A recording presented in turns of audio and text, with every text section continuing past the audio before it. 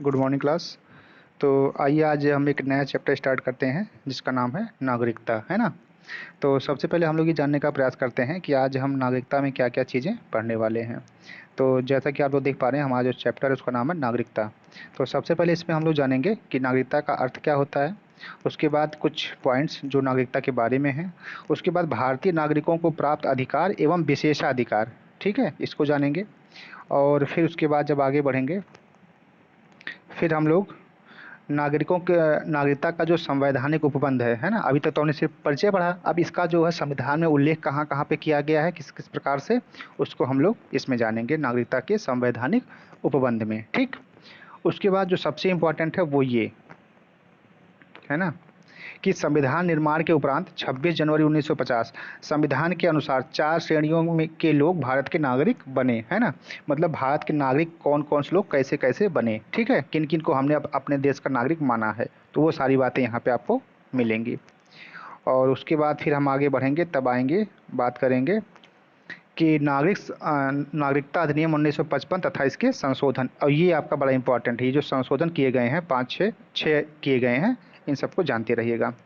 उसके बाद फिर हम लोग जानेंगे कि नागरिकता का अर्जन किस प्रकार से किया जा सकता है, ठीक है, जन्म के आधार पर, है ना, वंश के आधार पर, या जो भी चीज़ें हैं 5 प्रकार से, है ना। तो इनको जो है थोड़ा डिटेल में जानने का प्रयास करेंगे। अब चूँकि जन्म के आधार पर है तो वो चीज़ें नॉर्मल आपको पता है। उसके बाद की जो चीज़ें हैं उनको हमने यहाँ पे लिख दिया है ना। जैसे आपका ये पंजीकरण के द्वारा कैसे होता है, ठीक है। और ये जो आपका है प्राकृतिक, है ना, रूप से किस प्रकार से आप देश का हमारे भारत देश का के नागरिक बन सकते हैं, या फिर जो आपका क्षेत्र समाविष्ट होने पर किस प्रकार से आप बन सकते हैं, है ना। इसको हम लोग जानेंगे। फिर हम लोग बात करेंगे कि आपकी जो नागरिकता की समाप्ति कैसे होगी, ठीक है। तो जैसे पहला है आपका स्वैच्छिक त्याग, बर्खास्तगी के द्वारा और वंचित करने पर। तो इनको भी थोड़ा थोड़ा डिटेल में जान लेंगे यहाँ पे, है ना। इतना सब करने के बाद फिर जो सबसे इम्पोर्टेंट सवाल, जहाँ से खूब सवाल आते हैं कि भारत की नागरिकता कैसी है, एकल है कि दोहरी है। ये थोड़ा सा इसके बारे में जान लेंगे, कहाँ पे एकल है कहाँ पे दोहरी है ना। ये तो आपका स्टैटिक पार्ट हो गया, है ना, जो किताबें जो आपको एम लक्ष्मीकांत साहब की किताबों में मिल जाएगा, है ना। अब इसके बाद कुछ करंट अपडेट्स हैं। करंट अपडेट्स का मतलब क्या है, चूँकि कुछ ऐसी बातें हैं जो नागरिकता से ही संबंधित है, मगर थोड़ा सा क्या है, अभी हाल ही में जो संशोधन किए गए हैं, कुछ बदलाव किए गए हैं, है ना। तो उन बदलावों को भी हमको जानना है। जैसे और कुछ बातें हैं जो पुरानी हैं वो नई कर दी गई हैं, उनको भी जानना है। तो जैसे सबसे पहला एनआरसी क्या होता है ना। उसके बाद विदेशी नागरिकों के विशेष दर्जे, विदेशी नागरिक कितने प्रकार के होते हैं, ठीक है, उनके बारे में जानेंगे। जैसे आप लोग जानते होंगे एनआरआई होते हैं, है ना, पीआईओ होते हैं, ओसीआई होते हैं। तो ये लोग कौन कौन से होते हैं, ठीक। उसके बाद फिर इनका जो डिटेल है उसको जानने का प्रयास करेंगे कि जो एनआरआई हैं वो क्या होते हैं, और वो भारत में किस प्रकार से आ सकते हैं या नागरिक बन सकते हैं, उनको क्या क्या सुविधाएं दी गई हैं। तो ये सारी बातें यहाँ जानेंगे। फिर जो आपका पीआईओ है उसके बारे में जानेंगे, इनको क्या क्या सुविधाएँ मिली हैं उसको जानेंगे। फिर जो आपका ओसीआई है उनके बारे में जानेंगे, इनको क्या क्या सुविधाएँ मिली हैं उसको जानेंगे, है ना। और इन सब जगहों से आपके सवाल बनते हैं। और जो सबसे इम्पोर्टेंट, जो अभी हाल ही में बहुत चर्चा में रहा, कि नागरिकता संशोधन अधिनियम 2019, है ना, जिसको आप लोग जानते हैं सीएए के नाम से, बहुत चर्चा में रहा था। उस पर बहुत बवाल हुआ, दिल्ली में बहुत सारे बवाल हुए, ठीक है। तो उसको भी हम लोग यहाँ पे डिटेल में पढ़ेंगे। और लास्ट में हम लोग पढ़ेंगे आधार के बारे में, कि क्या आधार जो है हमारी नागरिकता का प्रमाण पत्र है या नहीं है, ठीक।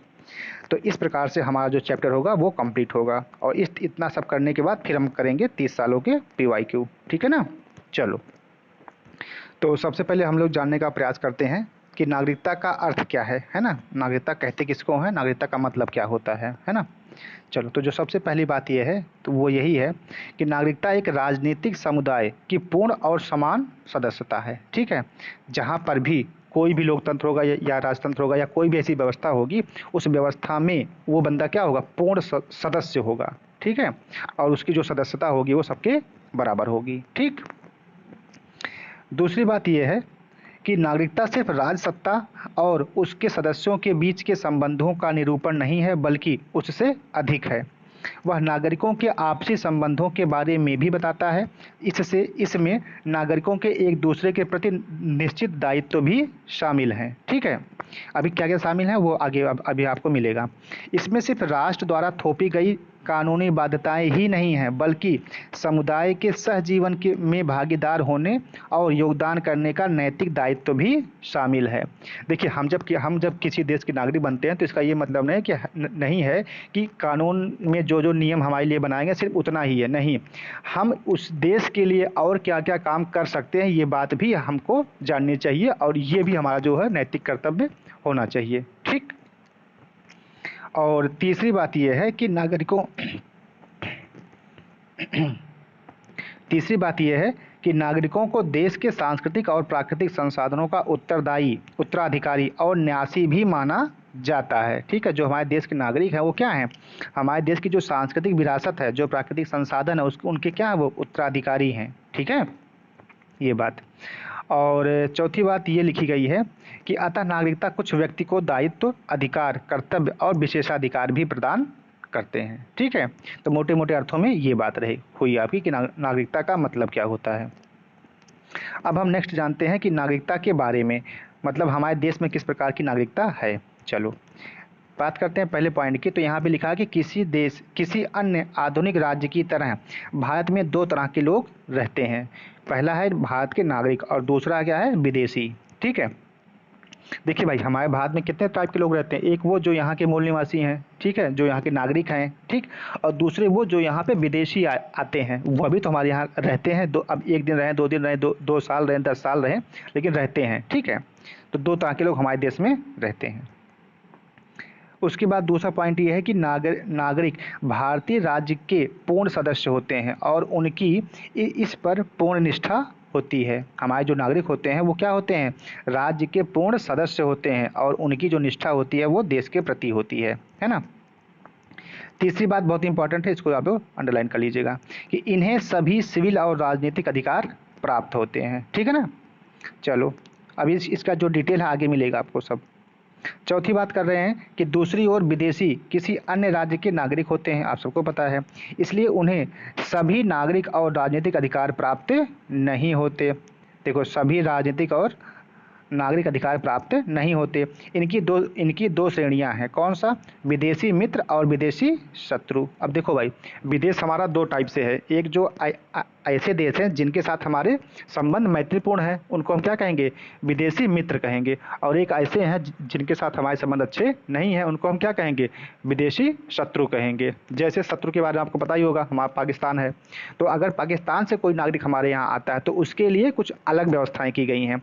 लेकिन अगर जो हमारा जो साथी दोस्त है, जैसे हमारा रसिया है, रूस, तो वहाँ से कोई हमारे देश में आता तो उसके लिए कुछ और प्रावधान है। ठीक है, उसको अभी हम आगे समझेंगे। ठीक, चलो भाई, पांचवी बात करते हैं कि विदेशी मित्र वे होते हैं जिनके भारत के साथ सकारात्मक संबंध होते हैं, अभी जो हमने आपको बात बताई। और छठी बात यह है कि विदेशी शत्रु वे होते हैं जिनके साथ भारत का युद्ध चल रहा हो, इन्हें कम अधिकार प्राप्त होते हैं। ठीक है, तथा वे गिरफ्तारी और नज़रबंदी के विरुद्ध स्वैच्छित नहीं होते हैं। अनुच्छेद 22, जैसा कि अनुच्छेद 22 में अभी हमने कल ही पढ़ाया था, उसमें मैं बताया था कि बहुत सारे अधिकार आपको दिए गए हैं, तो उनमें से जो अधिकार भारतीय नागरिकों को प्राप्त हैं या जो हमारे विदेशी मित्र वाले हैं उनको जो अधिकार प्राप्त हैं वो अधिकार इनको नहीं प्राप्त हैं। ठीक है, जो हमारे शत्रु देश के लोग हैं उनको नहीं प्राप्त हैं। ठीक है, ये चीज़। इसके बाद हम अगली चर्चा करते हैं भारतीय नागरिकों को प्राप्त अधिकार और विशेषाधिकार। ठीक है, चलो पहला पॉइंट ये है कि भारत के जो नागरिक हैं उनको क्या क्या अधिकार मिले हैं और क्या क्या विशेषाधिकार मिले हैं। ठीक, तो पहला पॉइंट यही लिखा गया है कि धर्म, मूल, वंश, जाति, लिंग या जन्मस्थान के आधार पर विभेद के विरुद्ध अधिकार। मतलब ये है कि अगर कोई भारतीय नागरिक है तो उसके साथ आप धर्म के आधार पर, मूल वंश के आधार पर, जाति के आधार पर, लिंग या जन्मस्थान के आधार पर विभेद नहीं कर सकते। ठीक है, ये उनका क्या है, अधिकार है, मौलिक अधिकार है, ये हमारे भारतीयों को मिला हुआ मौलिक अधिकार है। और अभी हमने कल मौलिक अधिकार आपको पढ़ाए भी थे, है ना। चलिए, ये कौन आया है, किसने दस्तक दी है, कोई नहीं आया। चलिए अच्छा, आगे देखिए। फिर जो दूसरा है कि लोक नियोजन के विषय में समता का अधिकार अनुच्छेद 16, हमको क्या मिला है, लोक नियोजन में समता का अधिकार मिला है। ठीक है। तीसरी बात हमको मिली है कि वाक स्वातंत्र्य एवं अभिव्यक्ति की स्वतंत्रता, सम्मेलन, संघ, संचरण, निवास और व्यवसाय की स्वतंत्रता अनुच्छेद 19। चौथा मिला है संस्कृति और शिक्षा संबंधी अधिकार, मतलब 29 और 30। तो कुल मिलाकर बात इतनी हुई कि जो हमारे देश के नागरिक हैं उनको क्या मिले, मौलिक अधिकार मिले हैं। ठीक है। चलिए, तो ये सब चर्चाएं जो हुई अभी मौलिक अधिकार की ही हुई हैं। अब इसके बाद जो आपका देखो यहाँ पे हमने डाल दिया है कि पॉइंट नंबर 5, 6 और 7 ये क्या हमको मिले हैं, विशेषाधिकार मिले हैं जो सिर्फ हमको मिले हैं और लोगों को नहीं मिलेंगे, मतलब जो हमारे विदेशी होंगे उनको नहीं मिले हैं। ठीक है। तो क्या क्या चीज़ें हैं। पहला 5वां पॉइंट है कि लोकसभा तथा राज्यसभा चुनाव में मतदान करने का अधिकार, जो हम लोग वोटिंग करते हैं ना, तो वो सिर्फ और सिर्फ भारत के नागरिकों को ही मिला है। अगर कोई विदेशी आकर के भारत में लोकसभा या राज्यसभा का जो चुनाव होगा उसमें मतदान करना चाहे तो उसको यह परमिशन नहीं दी गई है। ठीक। छठवीं बात क्या है, संसद तथा राज्य विधानमंडल की सदस्यता के लिए चुनाव लड़ने का अधिकार, मतलब हमको एमपी और एमएलए बनने का अधिकार है। ठीक है। अगर हम चाहें तो चुनाव में खड़े हो सकते हैं, मगर कोई विदेशी आकर के हमारे यहाँ इस तरह से चुनाव नहीं लड़ सकता। ठीक। और सातवीं बात यह है कि सार्वजनिक पदों जैसे कि राष्ट्रपति, उपराष्ट्रपति, उच्चतम एवं उच्च न्यायालय के न्यायाधीशों, राज्यों के राज्यपाल, महान्यायवादी एवं महाधिवक्ता की योग्यता रखने का अधिकार। तो ये सारे अधिकार हमारे सिर्फ भारतीय नागरिकों को ही दिए गए हैं। ठीक है। और जो विदेशी बाहर से आएंगे उनको ये अधिकार नहीं दिए गए हैं। ठीक है। तो इसी नाते हमने देखो यहाँ पे लिख दिया है पॉइंट नंबर 5, 6 और 7 ये क्या है, विशेषाधिकार हैं। ठीक है। चलो पॉइंट नंबर 8 की बात कर लेते हैं। तो यहाँ पे देखो नोट पॉइंट बहुत स्पष्ट रूप से लिखा है कि उपरोक्त अधिकारों के साथ नागरिकों को भारत के प्रति कुछ कर्तव्यों का भी निर्वहन करना होता है, जैसे कर का भुगतान करना है, जो आप टैक्स पे करते हैं ना वो चीज़ें, राष्ट्रीय ध्वज एवं राष्ट्रगान का सम्मान करना होता है और देश की रक्षा करनी होती है। ठीक है। तो अगर देश के आप नागरिक हैं तो आपका यह नैतिक कर्तव्य बनता है कि आप कर का भुगतान करें, आप टैक्स पे करें, आप राष्ट्रीय ध्वज का, राष्ट्रीय गान का सम्मान करें और देश की रक्षा करें। ठीक। और इसके बाद जो मोस्ट इम्पॉर्टेंट है पॉइंट नंबर 9, मोस्ट इम्पॉर्टेंट क्या है भाई, ये सवाल हमेशा अक्सर आपके एग्जाम में पूछा जाता है कि भारत के नागरिक जन्म से या प्राकृतिक रूप से राष्ट्रपति बनने की योग्यता रखते हैं। ठीक है। जबकि अमेरिका में केवल जन्म से नागरिक ही राष्ट्रपति बन सकता है। ठीक है, ये बात। चलिए आगे बात करते हैं पॉइंट नंबर जो भी होगा, नागरिकता के संवैधानिक उपबंध। अब थोड़ा सा हम इसको टेक्निकल बात कर लेते हैं कि कहाँ पे जो है बातें इसकी लिखी गई संविधान में।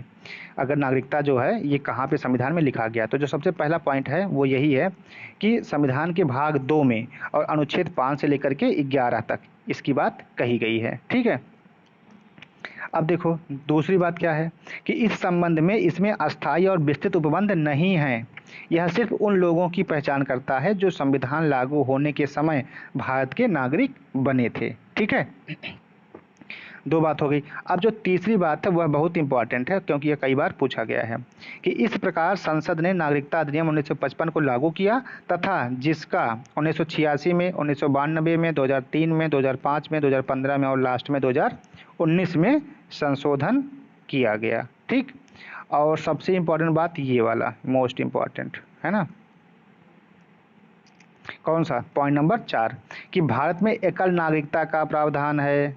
ठीक है, अगर आप भारत के नागरिक हैं तो पूरे भारत में आपकी सिर्फ एक नागरिकता होगी। ऐसा नहीं होगा कि आप उत्तर प्रदेश का भी आपको नागरिक बनना पड़ेगा, फिर आपको एक इंडिया की भी नागरिकता लेनी होगी।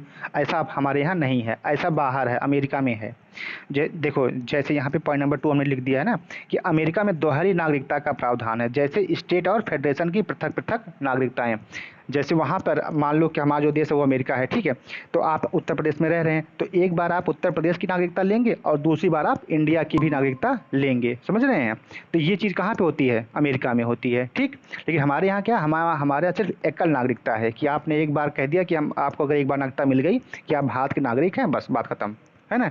अब इसका ये मतलब नहीं कि आप उत्तर प्रदेश का भी लो, मिजोरम का भी लो, नागालैंड का भी लो, हर जगह का लो, ऐसा नहीं है।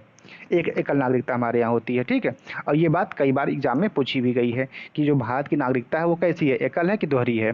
ठीक, और अगर दोहरी है तो कहाँ की दोहरी है, तो अमेरिका की जो नागरिकता है वो दोहरी है। ठीक है, चलिए अब जो थोड़ा सा बात समझने वाली है, तो इसको केवल एक बार आराम से पढ़ लीजिएगा, समझ लीजिएगा। ठीक है, कि संविधान निर्माण के उपरांत संविधान के अनुसार 4 श्रेणियों के लोग भारत के नागरिक बने। 4 टाइप के लोग जो है भारत के नागरिक बने थे। कौन कौन से वो लोग थे, जान लेते हैं। देखो, पहली बात यहाँ पे लिखी गई है, point number 1, point number 2, point number 3 और पॉइंट नंबर 4। ये 4 टाइप के लोग ही जो है भारत के नागरिक माने गए। ठीक, चलो अब पहले में क्या बात कही जा रही है कि एक व्यक्ति जो भारत का मूल निवासी है और 3 में से कोई एक शर्त को पूरी करता है। कौन सी 3 शर्तें, यहाँ पे देखो इसी पॉइंट में लिख करके ख़त्म कर दिया गया, यहीं तक है बात। ठीक है, 3 शर्तों में से कोई एक शर्त पूरी करता हो। पहली बात तो भारत का मूल निवासी हो, उसके बाद यदि उसका जन्म भारत में हुआ हो, पहली शर्त। ठीक है, अथवा उसके माता पिता में से कोई किसी का जन्म भारत में हुआ हो। ठीक, या अथवा संविधान लागू होने के 5 वर्ष पूर्व से भारत में रह रहा हो। ठीक है, मतलब जब हमारा भारत का संविधान लागू हुआ था 1950 में, तो उसके 5 वर्ष पहले से वो भारत में रह रहा हो। तो इन तीनों कंडीशन में से अगर कोई एक फुलफिल कर रहा है तो वह भारत का नागरिक माना जाएगा। ठीक, पहली बात हो गई। दूसरी बात देखो क्या लिखा गया है।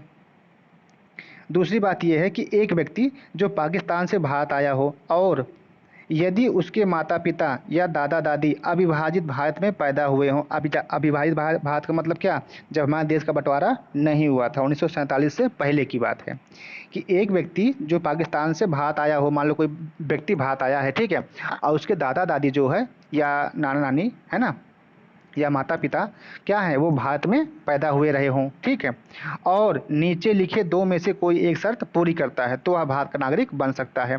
पहली बात ये कि बंदा पाकिस्तान से भारत आ रहा है और अपना वो प्रमाण दे रहा है कि हमारे माता पिता या हमारे जो दादा दादी थे वो अविभाज्य भारत के नागरिक थे। ठीक है, उसके बाद या तो ए वाली बात पूरी कर दे या तो बी वाली बात पूरी कर दे। तो पहली में क्या लिखा है, यदि वह 19 जुलाई 1948 से पूर्व स्थानांतरित हुआ हो, मतलब 1948 से पूर्व वो भारत में आ चुका हो, अपने प्रवसन की स्थिति से उसने सामान्यतः भारत में निवास किया हो, मतलब 19 जुलाई 1948 से पहले भारत आ गया और उसके बाद से वो भारत में रह रहा हो। दूसरी बात ये कि यदि उसने 19 जुलाई 1948 को या उसके बाद भारत में प्रवसन किया हो तो भारत के नागरिक के रूप में पंजीकृत हो, या तो आके वहाँ यहाँ रह रहा हो या फिर उसके बाद आने के बाद उसने अपना पंजीकरण करवा लिया हो। ठीक, ये बात, तब उसको हम क्या मानेंगे, भारत का नागरिक मानेंगे। लेकिन ऐसे व्यक्ति का पंजीकरण होने के लिए 6 माह तक भारत में निवास करना आवश्यक है। ठीक है, पंजीकरण तभी होगा जब आप 6 महीना भारत में रह चुके होंगे। अब 6 महीना आपने बिता लिया, अब उसके बाद आप पंजीकरण करवाइए। ठीक, दूसरी बात हो गई। तीसरी बात देखो यहाँ पे क्या लिखा है कि एक व्यक्ति जो 1 मार्च 1947 के बाद भारत से पाकिस्तान स्थानांतरित हो गया, मतलब 1 मार्च 1947 के बाद भारत से वो पाकिस्तान चला गया, लेकिन बाद में वह फिर पुनर्वास के लिए लौट आया, उसके बाद वो भारत फिर वापस चला आया, तो वह भारत का नागरिक बन सकता है। उसे पंजीकरण प्रार्थना पत्र के बाद 6 माह तक भारत में रहना होगा। ठीक है, ये बात। और चौथी कंडीशन ये है कि एक व्यक्ति जिसके माता पिता या दादा दादी अविभाजित भारत में पैदा हुए हों लेकिन वह भारत के बाहर रह रहा हो। मान लेते हैं कि एक आदमी है जिसके दादा दादी जो है जब 1947 से पहले भारत में रह रहे थे, लेकिन उसके बाद वो बंदा बाहर ही कहीं रह रहा है, फिर भी वह भारत का नागरिक बन सकता है यदि उसने भारत के नागरिक के रूप में पंजीकरण कूटनीतिक तरीके से अथवा पार्षदीय प्रतिनिधि के रूप में आवेदन किया हो। यह व्यवस्था भारत के रहने वाले लोगों के लिए बनाई गई है ताकि वे भारत की नागरिकता को प्राप्त कर ले या ग्रहण कर लें। अनुच्छेद 8 की बात है। ठीक है, तो ये जो 4 टाइप आपने पढ़े, point number 1, point number 2, point number 3 और पॉइंट नंबर 4, इस 4 प्रकार के जो नागरिक होंगे उन्हीं को हम भारत का नागरिक मानेंगे। ठीक है, अब इन्हीं चारों बातों को शार्ट में यहाँ पे लिख दिया गया है कि कुल मिलाकर ये व्यवस्था निम्न नागरिकों की चर्चा करती हैं। पहला ये कि व्यक्ति जो भारत का मूल निवासी हो, वो क्या होगा, भारत का नागरिक होगा, पहली बात। सेकंड, व्यक्ति जो पाकिस्तान से स्थानांतरित हुआ, मतलब जो पाकिस्तान से भारत में आया हुआ हो, दूसरी बात। तीसरी बात यह है कि व्यक्ति पाकिस्तान स्थानांतरित हुआ हो लेकिन बाद में फिर लौट करके आया हो। अभी देखो पॉइंट नंबर 3 में था ना कि एक बार वह भारत से पाकिस्तान गया, फिर वो लौट लौट करके भारत आया है। तो एक वो आदमी हो गया। और चौथा आदमी क्या है कि भारतीय मूल का व्यक्ति जो बाहर रह रहा हो। ठीक है, तो कुल मिला के ये 4 टाइप के लोग जो है भारत के नागरिक बन सकते हैं। ठीक है ना। चलो, तो ये तो बात हो गई। अब इसके बाद कुछ विशेष तथ्य हैं, इसको मैंने यहाँ पे लिख दिया है, इसको जान लीजिए आप लोग कि वह व्यक्ति भारत का नागरिक नहीं होगा या नहीं माना जाएगा जो स्वेच्छा से किसी अन्य देश की नागरिकता ग्रहण कर लेगा। भाई ये बताओ, अगर आप किसी अन्य देश की नागरिकता ग्रहण कर रहे हैं तो फिर क्या मतलब है यहाँ की नागरिकता का, है ना। तो फिर आप जाओ जहाँ आपको रहना वहीं रहिए, है ना। ये जो बात है। सेकंड बात यह है कि संसद को यह अधिकार है कि वह नागरिकता के अर्जन और समाप्ति के तथा नागरिकता के से संबंधित अन्य सभी विषयों के संबंध में विधि बना सकती है। कौन? संसद। ठीक है, संसद को यह अधिकार दिया गया है कि वह नागरिकता से संबंधित किसी भी विषय पे क्या करे, वो कानून बना सकती है। ठीक, ये तो बात हो गई। अब थोड़ी सी हम बात कर लेते हैं इसके संशोधनों के बारे में। तो नागरिकता अधिनियम 1955 का संशोधन किया गया, है ना। तो देखो संशोधन कितनी बार हुआ? 6 बार हुआ है। पहला कब हुआ था? 1986 में, उसके बाद 92 में, फिर 2003 में, फिर 2005 में, फिर 15 में, और जो सबसे लास्ट है वो 2019 में किया गया था। 6 बार इसका संशोधन अभी तक किया जा चुका है। ठीक, चलिए अब आगे देखते हैं। आगे क्या देखना है भाई? नागरिकता का अर्जन 1955। ठीक है, तो इसमें हम लोग क्या सीखेंगे? इसमें हम लोग जानेंगे कि हमारे जो देश की नागरिकता है वो कितने प्रकार से आप ग्रहण कर सकते हैं। ठीक है, चलिए थोड़ा सा एक बार चेक कर लें क्यों आ नहीं रहा है। चलिए, तो जो सबसे पहला है नागरिकता का अर्जन, है ना, तो वो है सबसे पहला कौन सा है? जन्म के आधार पर, है ना। जन्म के आधार पर, फिर उसके बाद क्या है? वंश के आधार पर। उसके बाद जो तीसरा है वो है पंजीकरण के आधार पर। चूँकि अब यहाँ से सवाल ज़्यादा आते हैं पंजीकरण से, इस नाते हमने जो इसको थोड़ा सा और डिटेल में यहाँ आगे लिख दिया है। और चौथा है प्राकृतिक रूप से या फिर देशीकरण के द्वारा। और पांचवी बात है कि क्षेत्र समाविष्ट के द्वारा या सम्मिलित होने पर, है ना। तो देखिए हमने यहाँ पंजीकरण से लिखा, लेकिन जो ऊपर की 2 बातें इसको आपको पता ही होगा कि जन्म के आधार पर। तो अगर आप यहाँ पैदा हुए हैं तो आप यहाँ के नागरिक माने जाएंगे, है ना। चूँकि यहाँ पे आप पैदा हुए, आपके माता पिता पैदा हुए, आपके दादा दादी पैदा हुए, और पीछे से भी लोग आप पैदा होते आ रहे हैं, ठीक है, तो आप देश के नागरिक माने जाएंगे। और दूसरी बात वही है कि वंश के आधार पर, है ना, कि आपके दादा दादी या नाना नानी, है ना, ऊपर पीढ़ी में यहाँ के नागरिक रहे हैं, ये बात। अब जो तीसरी बात है वो है पंजीकरण वाला। ठीक है, तो थोड़ा इसको जान लेते हैं कि ये इसमें क्या बातें कही जा रही हैं। तो देखो इसमें हमने संक्षेप में 4 पॉइंट में इसको जो है समाहित कर दिया है। देखो इसमें क्या लिखा है कि संक्षेप में इस प्रकार के व्यक्ति को मूलतः भारत का निवासी माना जा सकता है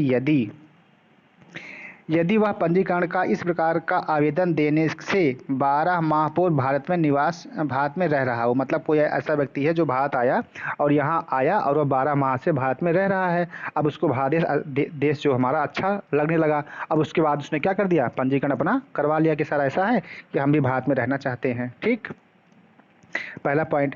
सेकंड ये है कि भारत में वह 8 वर्ष पूर्व से रह रहा हो तथा इस प्रकार का आवेदन देने के ठीक पहले कम से कम 12 माह पूर्व से वह भारत में रह रहा हो। ठीक है, 8 साल से रह रहा हो, ठीक है, लेकिन जो है रहने के क्या किया, 1 साल के बाद उसने क्या है पंजीकरण के लिए अपना अप्लाई कर दिया। तीसरा ये है कि उपरोक्त सभी श्रेणियों के लोगों को भारत के नागरिक के रूप में पंजीकृत होने के बाद निष्ठा की शपथ लेनी पड़ेगी। मतलब आपका जब पंजीकरण हो जाएगा फिर आपको जो है देश की निष्ठा की शपथ लेनी पड़ेगी कि हम इस देश के नागरिक हैं, तो इसके देश की रक्षा करेंगे, यहाँ के जो हमारे नैतिक कर्तव्य हैं उनका भी हम पालन करेंगे। ठीक है, यही कि संविधान का पालन करूंगा, भारत की विधि का पालन करूंगा और भारतीय नागरिक दायित्वों का निर्वहन करूंगा। तो ये सारी बातें जो है आपको शपथ लेनी पड़ेगी। और चौथी बात यह है कि 1986 में नागरिकता अधिग्रहण काल को बढ़ा करके 6 माह से 5 वर्ष कर दिया गया है। अर्थात जो व्यक्ति पंजीकरण के माध्यम से भारतीय नागरिकता प्राप्त करना चाहते हैं, उन्हें अब भारत में कम से कम 5 वर्ष निवास करना होगा। पहले यह अवधि 6 माह थी। पहले क्या था कि 6 माह आप यहाँ आए रहे, उसके बाद आपने अप्लाई कर दिया, तो ऐसा नहीं है। अब जो पंजीकरण आपका होगा तो 5 साल रहने के बाद होगा। ठीक है, ये बात। अगला देखते हैं, प्राकृतिक रूप से या देशीकरण के द्वारा। ये क्या चीज़ है भाई? प्राकृतिक रूप से। केंद्र सरकार आवेदन प्राप्त होने पर किसी व्यक्ति जो कि अवैध प्रवासी ना हो, ठीक है, को प्राकृतिक रूप से नागरिकता प्रमाण पत्र प्रदान कर सकती है, यदि वह व्यक्ति निम्नलिखित योग्यताएं रखता हुआ। ठीक है, केंद्र सरकार उसको जो है यहाँ का नागरिक बना देगी, लेकिन उसके अंदर ये क्वालिटी होनी चाहिए। 7 पॉइंट हैं तो 7 होनी चाहिए, है ना। देखो, पहला क्या है कि किसी देश का नागरिक ना हो, वह किसी भी देश का नागरिक ना हो जहां भारतीयों को देशीकरण द्वारा नागरिकता ना मिलती हो। मतलब ऐसा नहीं कि जहां पे भारतीयों को नागरिकता ना दी जा रही हो वो वहां का नागरिक होगा तो हम भी नहीं देंगे, सीधी सी बात है।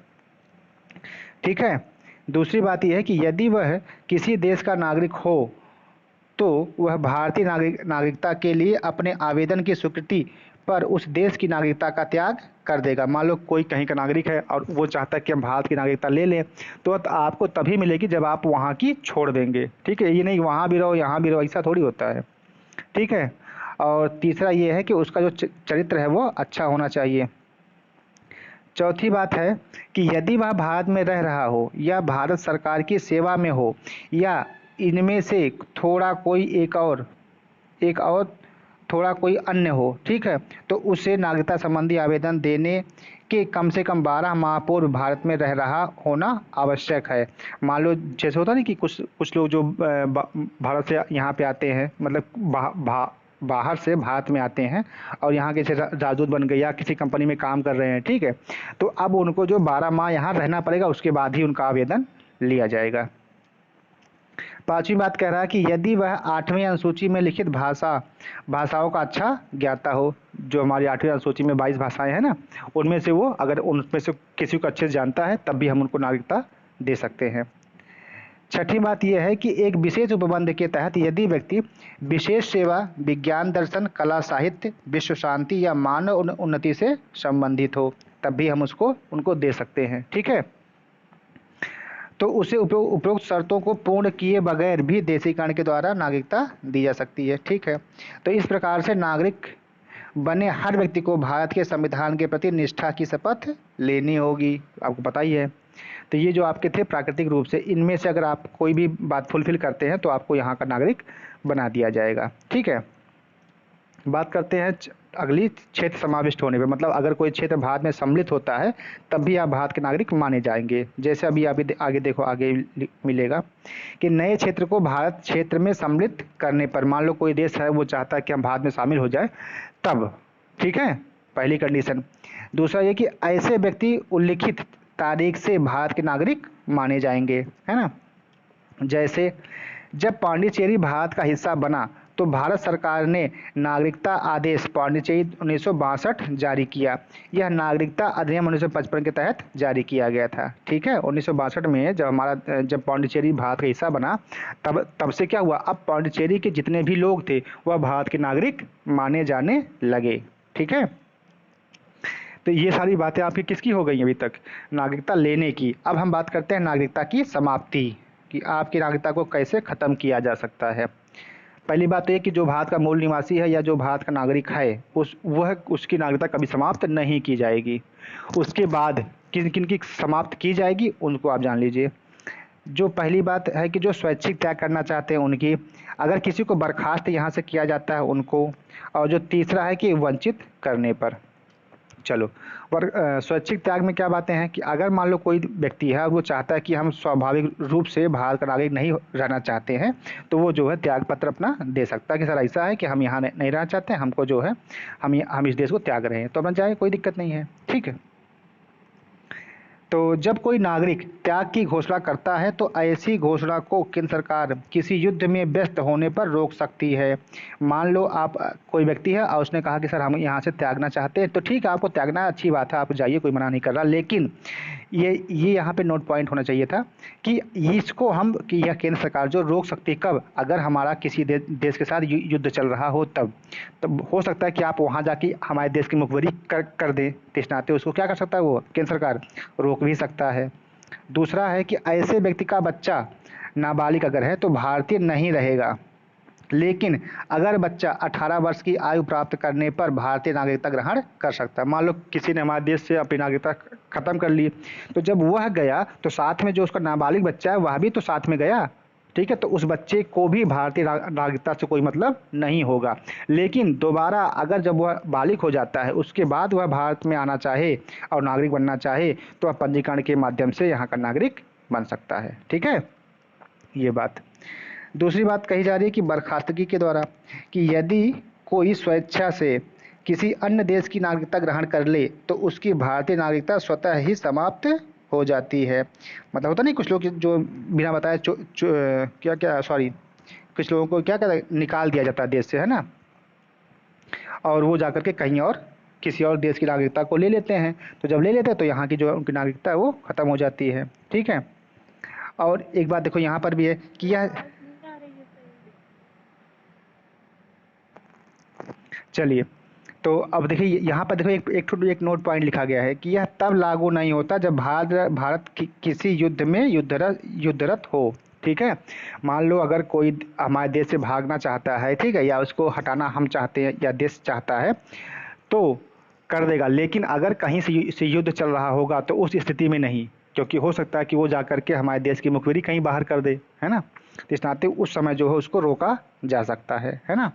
ऐसा नहीं कि बस साहब हमको जाने दीजिए, नहीं ऐसा नहीं होता है, जाना है ठीक है, जब आदेश होगा तब जाइएगा, है ना। और उसके बाद फिर आपका है नेक्स्ट आपका वंचित करने पर, कि केंद्र सरकार द्वारा भारतीय नागरिकों को आवश्यक रूप से बर्खास्त करना होगा यदि नागरिकता फर्जी तरीके से प्राप्त की हो। मान लो कोई ऐसे होते जो घुसपैठिए होते हैं, यहाँ पे आए और फर्जी उन्होंने डॉक्यूमेंट अपने बनवा लिए, तो उसको क्या करना होगा, केंद्र सरकार को रद्द करना होगा। दूसरा है यदि नागरिक ने संविधान के प्रति अनादर जताया हो, ठीक। तीसरा है कि यदि नागरिक ने युद्ध के दौरान शत्रु के साथ गैर कानूनी संबंध किया हो या उसे राष्ट्र विरोधी सूचना दी हो, तब भी क्या कर सकते हैं हम, उनका नागरिकता केंद्र सरकार समाप्त कर सकती है। चौथी बात यह है कि पंजीकरण या प्राकृतिक नागरिकता के 5 वर्ष के दौरान नागरिक को किसी देश में 2 वर्ष की कैद हुई हो, तो इस स्थिति में भी जो है भारत की नागरिकता से उसे वंचित किया जा सकता है। और पांचवी बात यह है कि नागरिक सामान्य रूप से भारत के बाहर 7 वर्षों से रह रहा हो। 7 वर्षों से बाहर रह रहा हो, इसका ये मतलब नहीं कि वो कहीं जॉब कर रहा है, इसका ये मतलब है कि वह बिना बताए, बिना भारत सरकार को कोई बात बताए वो गायब है, 7 सालों से गायब है। तो जब 7 साल के गायब हो तुम, उसके बाद भारत में आए, ठीक है, तब आपकी नागरिकता को हम ख़त्म कर सकते हैं, ठीक है। हाँ, अब आप कहीं पढ़ने गए हो तो आप तो ये तो जानकारी होगी ना देश में कि आप बाहर पढ़ने गए हो, आप जॉब करने गए हो, आप कोई और काम करने गए हो, तो जब बता के गए हो तब तो ठीक है, जब नहीं बता के गए हो तो 7 साल तक अगर आपकी कोई सूचना नहीं मिलती है तो आपकी नागरिकता जो यहाँ से समाप्त मान ली जाएगी, ठीक है। और यहाँ पे देखो नोट पॉइंट हमने इस बात को लिख दिया है कि जो व्यक्ति जन्म के आधार पर भारत का नागरिक है, जो व्यक्ति जन्म के आधार पर भारत का नागरिक है उसे किसी भी स्थिति में नागरिकता से वंचित नहीं किया जा सकता, पहली बात। दूसरी बात यह है कि 7 वर्षों से बाहर का तात्पर्य है कि इस दौरान ना तो वह किसी शिक्षा संस्थान में पढ़ा हो, ना ही भारत सरकार या किसी ऐसी अंतर्राष्ट्रीय संगठन की सेवा की हो जिसमें भारत सदस्य रहा हो। मतलब ना तो आप 7 साल से बाहर हैं, तो ना तो आपने कहीं पढ़ाई की है, ना तो आपने कहीं नौकरी की है। इन दोनों स्थितियों में अगर आपका कोई पता नहीं चलता है तो क्या कर दिया जाएगा, आपको आपकी जो नागरिकता से वंचित मान लिया जाएगा, ठीक है। ये बात हो गई। अब हम थोड़ी बात कर लेते हैं एकल नागरिकता की, ठीक है ना। एकल नागरिकता क्या होती है। भारत में केवल एकल नागरिकता की ही व्यवस्था की गई है। पॉइंट नंबर 2, भारत में एक नागरिकता और एक निवास स्थान या अधिवास है। यह जो आपके यूपीएससी में अभी 2022 में पूछा गया था, सेम सेंटेंस यही आया था। ठीक है, कि भारत में कैसी नागरिकता है, वहाँ पर देखो इन्होंने क्या लिखा है। आपको पता है कि भारत की जो नागरिकता है वो कैसी है, एकल नागरिकता है। ठीक है, लेकिन इसी को इन्होंने क्या कर दिया, थोड़ा सा मॉडिफाई कर दिया। तो क्या लिख रहे हैं कि भारत में एक नागरिकता और एक निवास स्थान अधिवास या अधिवास है। ठीक है, बात सही है। तीसरी बात यह है कि अन्य संघीय राज्यों जैसे अमेरिका और स्विट्जरलैंड में क्या है, दोहरी नागरिकता है। ठीक है, चौथी बात यह है कि भारत में केवल प्राकृतिक व्यक्ति को ही नागरिकता दी जाती है, विधि के व्यक्ति जैसे कंपनी हुए, निगम हुआ, इनको नहीं। प्राकृतिक का मतलब जो आप नैसर्गिक रूप से मानव के रूप में है वही। अब जैसे कोई रोबोट हो जाए, ठीक है, तो उसको हम नागरिकता नहीं देते हैं। कोई कंपनी है हमारे यहाँ रजिस्टर्ड है, ठीक है, तो उसको भी हम नागरिकता नहीं देते हैं। ये सारी बातें। ठीक है, अब हम बात करते हैं थोड़ा सा करंट अपडेट की, है ना। अभी तो हमने स्टैटिक पार्ट पढ़ लिया, अब थोड़ा सा करंट में जानते हैं एनआरसी के बारे में, है ना। राष्ट्रीय नागरिक रजिस्टर, एनआरसी। चलो, पहला पॉइंट क्या इसमें है, यह किसी राज्य के सभी विधिक नागरिकों का एक अभिलेख होता है। दूसरी बात यह कि हाल ही में असम में राष्ट्रीय नागरिक रजिस्टर को अपडेट किया गया था। और तीसरी बात यह है कि भारत में स्वतंत्रता के पश्चात की पहली जनगणना के पश्चात ही एनआरसी के आंकड़े जारी किए गए थे। ठीक है, चलो, अब इसके बाद जो तीसरी बात है कि विदेशी निवासियों के विशेष दर्जे। अब कितने प्रकार के विदेशी होते हैं इसको थोड़ा सा जान लेते हैं। बोलो भाई, कितने प्रकार के होते हैं विदेशी। हाँ जी, 3 प्रकार के। कौन कौन से, अनिवासी भारतीय, नॉन रेजिडेंट इंडियन, ठीक है, एनआरआई जिनको आप बोलते हैं, है ना, उनकी उसे हिंदी में क्या बोलते हैं, अनिवासी भारतीय मतलब एनआरआई। दूसरे कौन लोग होते हैं, भारतीय मूल के व्यक्ति, PIO, person of Indian origin. ठीक है, और तीसरे लोग कौन होते हैं, भारत के समुद्र पारीय नागरिक, ओसीआई, है ना, ओवरसीज सिटीजन ऑफ इंडिया। ठीक है, ये 3 प्रकार के जो है विदेशी नागरिक होते हैं। अब थोड़ा सा इनका डिटेल जान लेते हैं कि ये लोग कैसे कैसे क्या क्या इनके बारे में है ना। चलो भाई, अनिवासी भारतीय कौन लोग होते हैं और इनको जो भारत में क्या क्या सुविधाएं मिली हुई हैं इसके बारे में जान लेते हैं। चलो, अनिवासी भारतीय या एनआरआई, ये भारतीय नागरिक ही होते हैं, बाहर जाके रह रहे हैं, पढ़ रहे हैं, कुछ काम कर रहे हैं। ठीक है, उन्हीं को हम क्या बोलते हैं, एनआरआई बोलते हैं। बस नौकरी या व्यवसाय के लिए भारत से बाहर रहते हैं। जैसे मान लो कोई जॉब करने के लिए अमेरिका गया हुआ हो, और वो 1 साल 2 साल 10 साल 20 साल रह रहा है, ठीक है, तो वो क्या कहे जाएंगे, वो एनआरआई कहे जाएंगे। हैं तो भारतीय लेकिन वो भारत में रह नहीं रहे हैं। तीसरा ये, कोई लंबे समय तक तो कोई अनिश्चित काल तक भारत तक बाहर रहने की मंशा प्रकट कर सकता है। वही बात कही ना हमने, हो सकता है कि जो है कोई 2 4 साल 6 साल तक रहे, या मान लो कोई अनिश्चित काल तक रहे। ठीक है, तो सब क्या होंगे, एनआरआई होंगे। और उसके बाद क्या कहा जा रहा है कि इन्हें भारतीय नागरिकों के ही समान लगभग सभी अधिकार प्राप्त हैं। जैसे मताधिकार का प्रयोग अगर वो चाहें तो वहाँ से जो है हमारे देश के जो जब चुनाव होगा तो वहाँ पर भी जो है, तो चुनाव में वो भाग ले सकते हैं। ठीक है, चलिए, पहला क्या है कि मताधिकार का उनके पास अधिकार होता है। संवैधानिक पद पर नियुक्ति ले सकते हैं। भारत में शिक्षा एनआरआई कोटा में ले सकते हैं।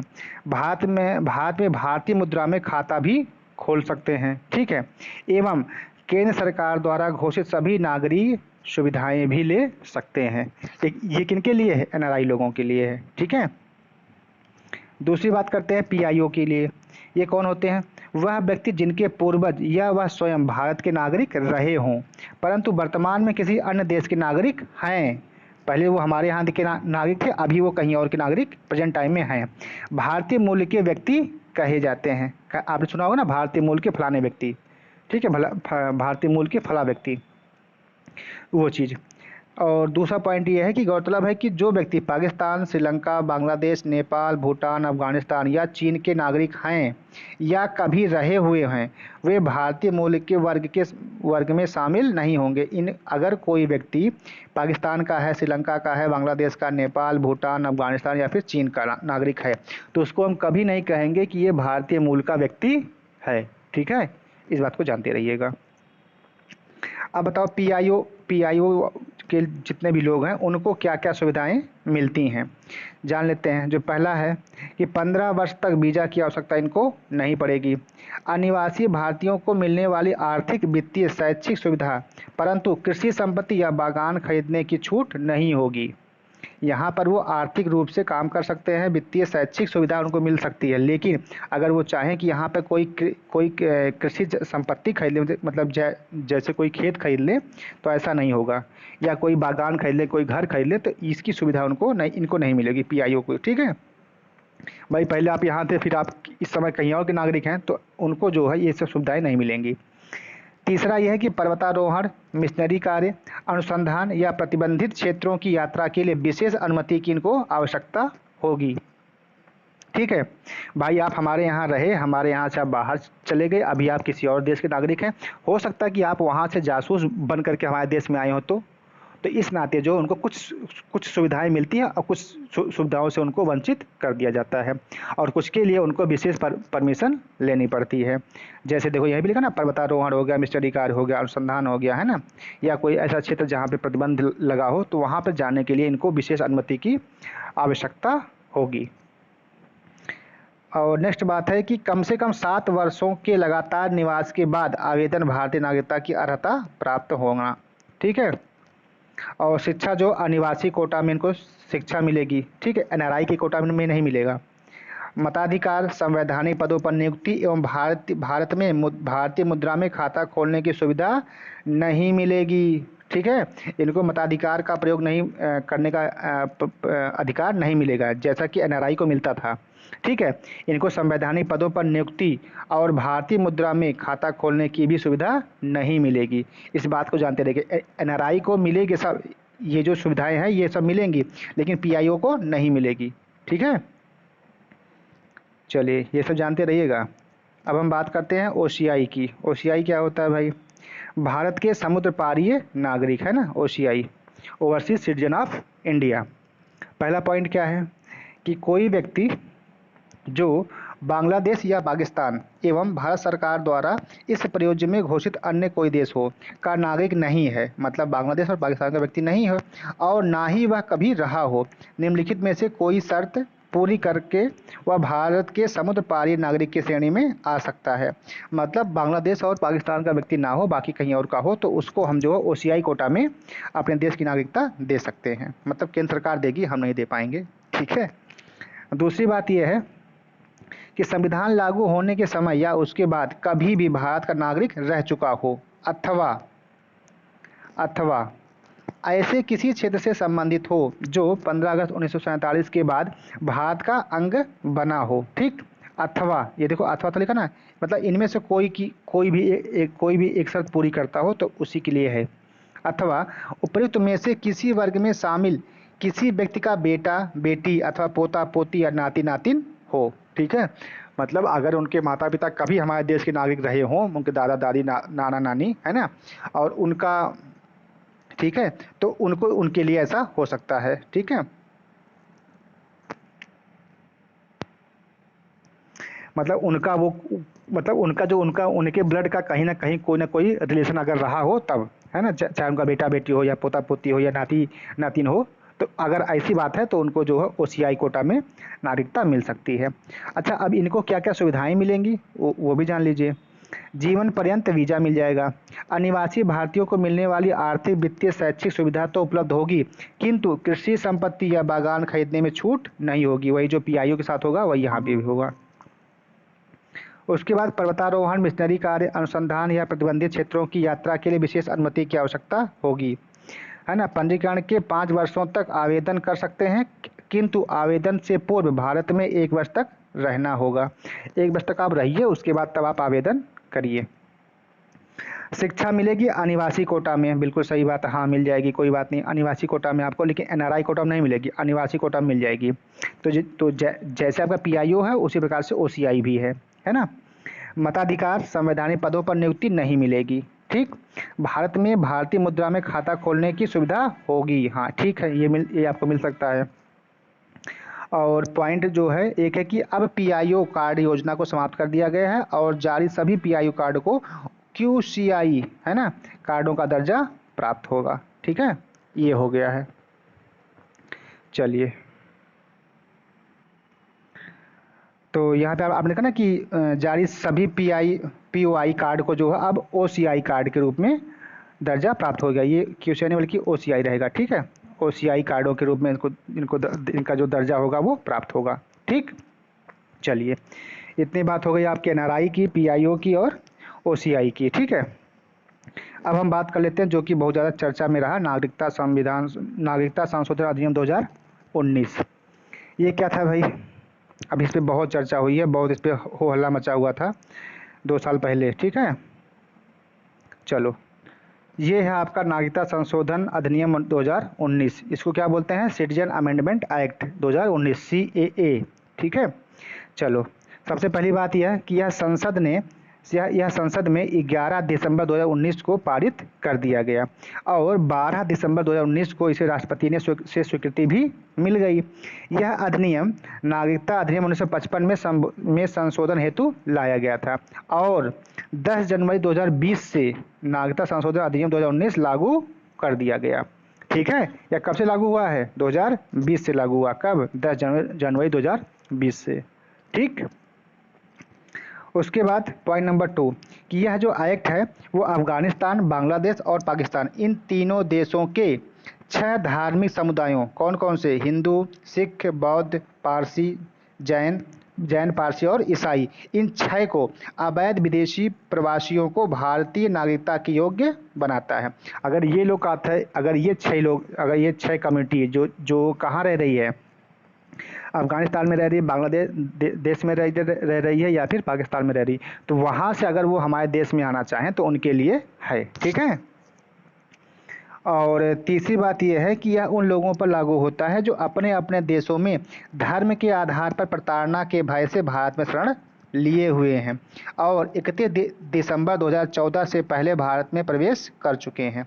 यह किन पर लागू होता है? जो 2014 से पहले भारत में प्रवेश कर चुके हैं और उनका जो आधार था, उन्होंने यह बताया कि हमको जो है धर्म के आधार पर इन देशों में, कौन कौन से देश हैं?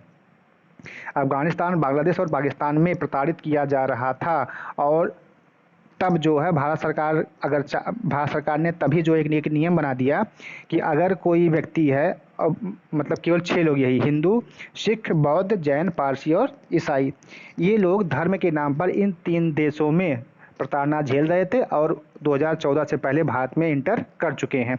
इनको जो है भारतीय नागरिकता देने के लिए आपका जो है CAA 2019 लाया गया था। ठीक है, अब क्लियर हुआ? चलो, चौथी बात यह है कि इस अधिनियम ने स्वाभाविक रूप से भारत की नागरिकता हेतु आवेदनकर्ताओं 6 समुदायों के लिए योग्यता को संशोधित करते हुए घटा करके 5 वर्ष कर दिया है। अभी तक क्या था कि एक निश्चित समयावधि में भारत में रह रहा हो या केंद्र सरकार में नौकरी कर रहा हो और कम से कम 11 वर्ष का समय भारत में बिता दिया हो, तो अब 11 वर्ष को कम करके कितना कर दिया गया? 5 वर्ष कर दिया गया है। ठीक है, और एक बात जो सबसे इम्पॉर्टेंट है, नोट पॉइंट में हमने लिख दिया है कि यह किन पर लागू नहीं होता है 2019 वाला CAA, कि यह अधिनियम संविधान